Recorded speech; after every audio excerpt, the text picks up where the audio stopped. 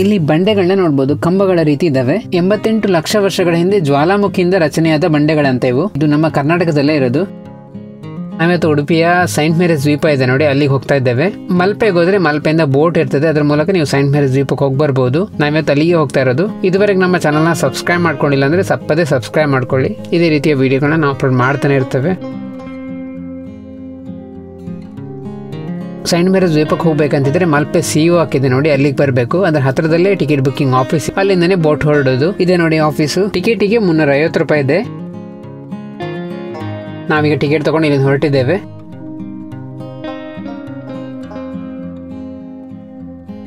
ಇದು Malpe C ವಾಕು.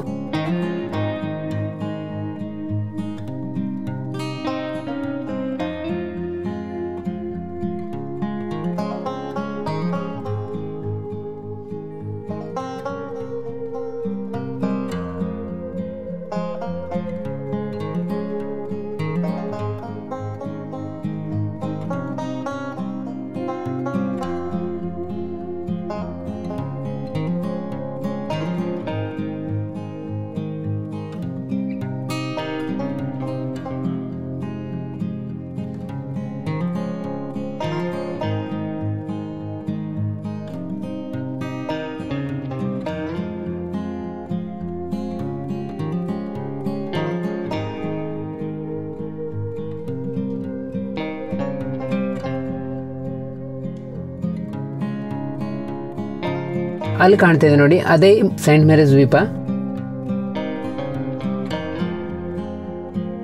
Vasco D ಗಾಮ ಕೂಡ ಇಲ್ಲಿ ಬಂದು ಹಿಡಿದಿದ್ದ ಅಂತ ಹೇಳ್ತಾರೆ.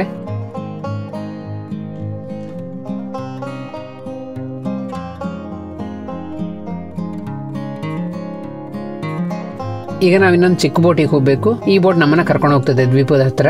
ದೊಡ್ಡ ಬೋಟ್ ಅಲ್ಲಿವರೆಗೆ ಹೋಗಲ್ಲ.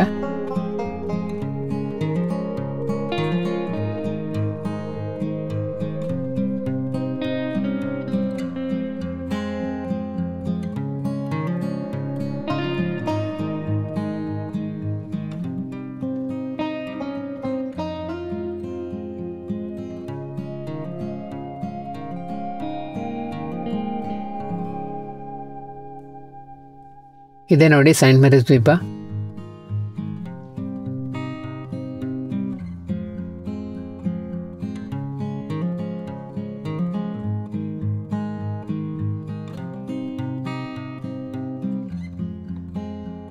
ಈ ದ್ವೀಪದ ವಿಶೇಷತೆಗಳೇನೆಂದ್ರೆ, ಭಾರತದಲ್ಲೊಟ್ಟು 32 ಭೂವೈಜ್ಞಾನಿಕ ಸ್ಮಾರಕಗಳಿವೆ. ಅದರಲ್ಲಿ ಇದು ಕೂಡ ಒಂದಾಗಿದೆ. ಈ ದ್ವೀಪಕ್ಕೆ 1498ರಲ್ಲಿ ವಾಸ್ಕೋ ಡಿ ಗಾಮ ಬಂದು ಇಳಿದಿದ್ದ ಅಂತ ಹೇಳ್ತಾರೆ. ತೆಂಗಿನ ಮರಗಳು ತುಂಬಾ ಇರೋದ್ರಿಂದ ಕೊಕೊನಟ್ ಐಲ್ಯಾಂಡ್ ಅಂತ ಕೂಡ ಕರೀತಾರೆ ಇದನ್ನ.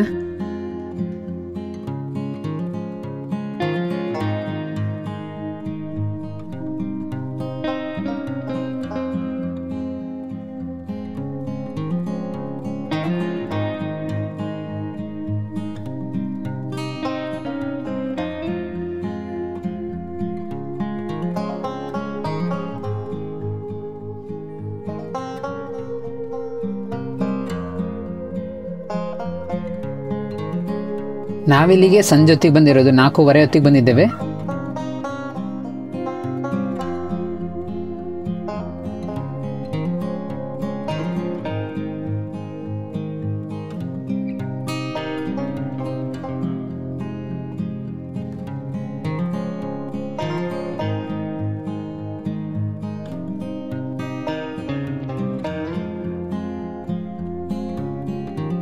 ಈ ದ್ವೀಪದ ವಿಶೇಷತೆ ಏನಂದ್ರೆ, ಇಲ್ಲಿನ ಶಿಲೆಗಳು, ಇಲ್ಲಿನ ಕಲ್ಲುಗಳು, ಬಸಾಲ್ಟ್ ಅನ್ನೋ ಶಿಲೆಗಳನ್ನ ನೀವು ಇಲ್ಲಿ ಕಾಣಬಹುದು. 88 ಲಕ್ಷ ವರ್ಷಗಳ ಹಿಂದೆ ಜ್ವಾಲಾಮುಖಿಯಿಂದ ರಚನೆಯಾದ ಬಂಡೆಗಳಂತೆ ಇವು.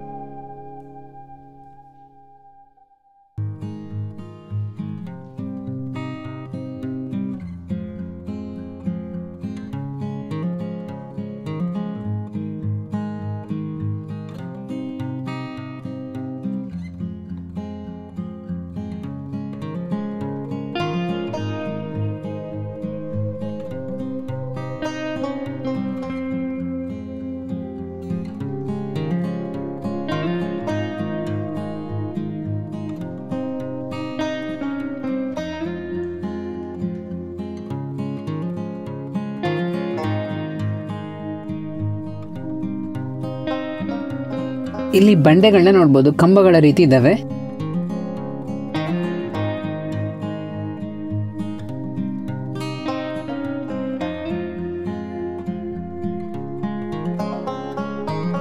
ನಿಮ್ಗೆ ಇಲ್ಲಿ 1 ಗಂಟೆಗಳ ಸಮಯವನ್ನು ಕೊಡ್ತಾರೆ. 1 ಗಂಟೆ ಆದ್ಮೇಲೆ ನೀವು ನೋಡ್ಕೊಂಡು ರಿಟರ್ನ್ ಹೊರಡಬೇಕು. ನಾವು 4:15 ಬಂದಿದ್ವಿ, ಈಗ 5:15 ಆಗಿದೆ. ನಾವೀಗ ಇಲ್ಲಿಂದ ರಿಟರ್ನ್ ಹೊರಟಿದ್ದೇವೆ. ಈ ವಿಡಿಯೋನ ನಿಮ್ಮ ಸ್ನೇಹಿತರಿಗೆಲ್ಲ ಶೇರ್ ಮಾಡಿ, ನಮ್ಮ ಪೇಜ್ನ ಫಾಲೋ ಮಾಡೋದು ಮರಿಬೇಡಿ.